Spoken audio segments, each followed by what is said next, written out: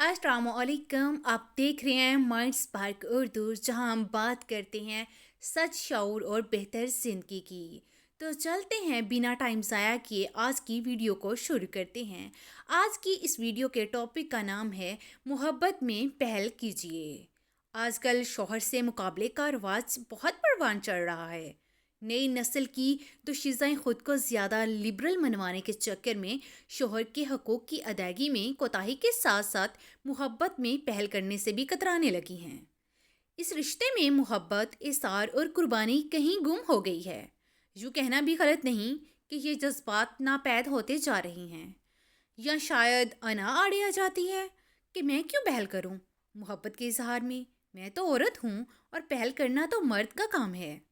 औरत चाहे तो मुकाबलेबाजी में ज़िंदगी गुजार दे कि तुम कमाते हो तो मैं भी घर के काम करती हूँ, और चाहे तो अपनायत और मोहब्बत से घर को जन्नत बना ले।